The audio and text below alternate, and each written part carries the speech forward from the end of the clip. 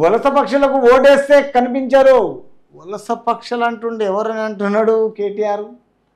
అబద్ధాలు అప్పులతో రేవంత్ పాలన, కాంగ్రెస్ సర్కార్పై ప్రజల్లో అసహనం, బీజేపీ కాంగ్రెస్ చీకటి దోస్తులు కేటీఆర్. ఏంటి ఒకరి మీద ఒకరు బిస్కెట్లు గనిట్లు వేసుకోండి. ఎందుకంటే వలస పక్షులకు ఓటు వేస్తే కనిపించారంట. వలస పక్షులు ఎవరు? సప్లిమెంటరీ రాసి వచ్చినావు ఈడ మంచిగా 30 ఏళ్ళు రాజకీయం లేని వాళ్ళకు మినిస్టర్లే గతి లేవు. 3 అక్షరాల కేసీఆర్ ఉన్నాడని బ్రహ్మాండంగా మినిస్టర్ చేసినావు. తర్వాత మున్సిపల్గా చేసినావు. తర్వాత ఐటీ సెక్షన్ చేసినావు, ఐటీ మినిస్టరు. ఇక నీకు ఇంకేం కావాలి? ఇంకా లాస్ట్కి వస్తే వలస పక్షులకు ఓటేస్తే కనిపించారంట. వలస ఎవరు? అబద్ధాల అప్పులతో రేవంత్ పాలన, కాంగ్రెస్ సర్కార్పై ప్రజల్లో అసహనం, బీజేపీ కాంగ్రెస్ చీకటి దోస్తులు కేటీఆర్. ఎక్కడి నుంచో వచ్చిన వలస పక్షులకు ఓట్లేసి గెలిపిస్తే మీ సమస్యలు చెప్పుకోవడానికి దొరకరు, కనిపించకుండా పోతారని బీఆర్ఎస్ వర్కింగ్ ప్రెసిడెంట్ కేటీఆర్ అన్నారు. కేటీఆర్కి ఏం తెలియదు. అసెంబ్లీ ఎలక్షన్లో అయితేనేమో ఎక్కడ ఉంటే అక్కడ కాన్స్టిట్యున్సీ చేయొచ్చు. ఇప్పుడు ఎంపీగా ఎక్కడన్నా నిలబడవచ్చు. వాళ్ళు ఎట్లా వలస పక్షులు అవుతారు? అమ్మ చదువుకున్న తెలివే నాన్న బాబు రామారావు. ఏం చేస్తావో అర్థమైతలేదు. వలస పక్షులు అయితే వలస పక్షులు ఎవడు? వలస పక్షులు అయితే కార్యకర్తలు ఊరుకుంటారా? కొత్త జాగాలో పోయి నిలబడితే అధికార పార్టీ ఏం చేస్తున్నది? సునీతా మహేందర్ రెడ్డి అక్కడ రాగా వలస పక్షులు అంటాడు. మరి ఇక్కడ మీ బీఆర్ఎస్లో లేరా? వేరే దగ్గర నిలబడతలేరా? పెట్టు, పేర్లు పెడితేనే ఉండు. వలస పక్షులు ఓటు వేస్తే గెలిపించే మీ సమస్యలు చెప్పుకోవడానికి ఎవడు దొరకరంట. ఏడికి పోతారు?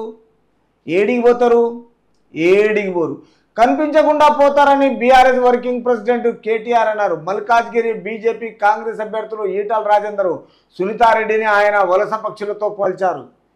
తెలంగాణ ఉద్యమకారుడు ఈటల రాజేందర్ గారు ప్రజల గురించి, ప్రజల కొరకు, ప్రజలకు సేవ చేయడానికి మొన్న ఈ మధ్యన 2020లో కరోనా టైంలో ఆయన హెల్త్ మినిస్టర్ ఉన్నప్పుడు తెలంగాణ అంతా పట్టించుకొని 24 గంటలు రాత్రింబవలు కష్టపడి కరోనా మొత్తము జనాల ప్రాణాలను కాపాడినాడు. ఉద్యమకారుడు, తెలంగాణలో ఒక మంచి పేరు, ఒక విద్వాంసుడు, చదువుకున్న వ్యక్తి, ఒక బీసీ బిడ్డ.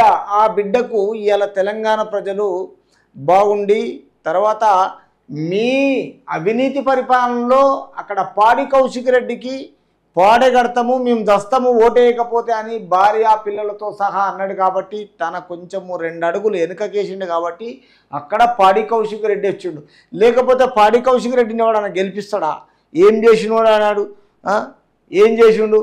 ఇక్కడ హరీష్ రావు ఒకటి ఇంత పొడుగుగా అనిపిస్తారు తప్ప ఏం చేసింది ఏముందాడా?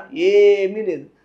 తర్వాత ఈరోజు సునీతా మహేందర్ రెడ్డి ఆమె బయటికి వెళ్ళి వలస వచ్చిందా? ఏమన్నా తెలంగాణ ఆమె కాదా? రంగారెడ్డి డిస్ట్రిక్ట్ తాండూరు ఆమె కాదా ఆమె? తర్వాత ఈరోజు మహేందర్ రెడ్డి మీ దగ్గర ట్రాన్స్పోర్ట్ మినిస్టర్ చేయలేదా? పోనీ ఎమ్మెల్సీగా మీరు ఇయ్యలేదా? పోనీ ఈటల రాజేందర్ మీ దగ్గర చేయలేదా? అప్పుడు ఉద్యమకారుడిగా లేడా? తెలంగాణ పిల్లలు బలిదానాలు 1200 మంది వచ్చినప్పుడు లేడా? ఉన్నాడు కదా.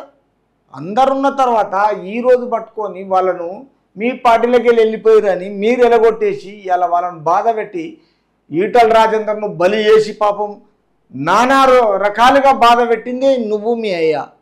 ఇంకా తెలియదా? ఈరోజు మళ్ళీ తిరిగి ఈరోజు బీజేపీ ఆయన పరిపాలన, ఆయన కార్యవర్గము, ఆయన పద్ధతి, సంస్కారాన్ని పిలిచి మల్కాజ్గిరికి వెళ్ళి సీట్ ఇచ్చి గెలిపించుకొని తెలంగాణలో మనిషి, ఒక ఉద్యమకారుడు రేపు సెంట్రల్లో ఒక మినిస్టర్ పోస్ట్ ఇవ్వచ్చు తెలంగాణ ప్రజల బాగు గురించి అని అక్కడ కంటెంట్ చేయమని హైకమాండ్ భారతీయ జనతా పార్టీ చెప్పారు. కానీ మీ లేక సెటిలర్స్ అది ఇదని తర్వాత తిన్నింటి ఆశాలు లెక్క పెట్టే టైప్ మీరు బీఆర్ఎస్ మొత్తం. కాబట్టి మల్కాజ్గిరి బీజేపీ కాంగ్రెస్ అభ్యర్థులు ఈటల రాజేందర్, సునీతారెడ్డిని ఆయన వలస పక్షులతో పోల్చారు. బుధవారం మల్కాజ్గిరి లోకసభ స్థానము బీఆర్ఎస్ అభ్యర్థి రాగిడి లక్ష్మారెడ్డి నామినేషన్ అనంతరం రోడ్ షోలో కేటీఆర్ పాల్గొన్నారు. అక్కడ కాంగ్రెస్ నుంచి సునీతా మహేందర్ రెడ్డి, భారతీయ జనతా పార్టీ నుంచి ఈటల రాజేందర్, తర్వాత రాగిడి లక్ష్మారెడ్డి బీఆర్ఎస్ నుండి ముగ్గురు పోటాపోటీన దూసుకుపోతున్నారు. మరి రేపు మే 13 తారీఖు ఎలక్షన్ జరుగుతున్నది కాబట్టి జూన్ 4 తారీఖు వరకు రిజల్ట్ వరకు మరి ఎవరు గెలుస్తారు, ఎవరు దూసుకుపోతున్నారు, ఎవరు తెలంగాణ ప్రజలకు ఈ భారతదేశంలో పెద్ద కాన్స్టిట్యున్సీ అయిన 7 నియోజకవర్గాలకు ఒక పార్లమెంటు సీటుగా మల్కాజ్గిరి, ఆ మల్కాజ్గిరి ప్రజలకు లాభదాయకంగా ఏం చేస్తారు, ఎవరు గెలుస్తారు అనేది చూడాలి. మరి ఆ ప్రజలే గెలిపించుకుంటారు. కానీ బీఆర్ఎస్ దొంగలు ఏమంటున్నారంటే ఇక్కడ వలస వచ్చిండ్రు, వలస వచ్చి ఎవరు వలస వస్తాడు, నువ్వు రాలేదా వలస, సప్లిమెంటరీ తీసుకొచ్చి ఇక్కడ మినిస్టర్ చేయలేదా, ఎట్లా చెప్పు నువ్వు ఇట్లా మాట్లాడితే.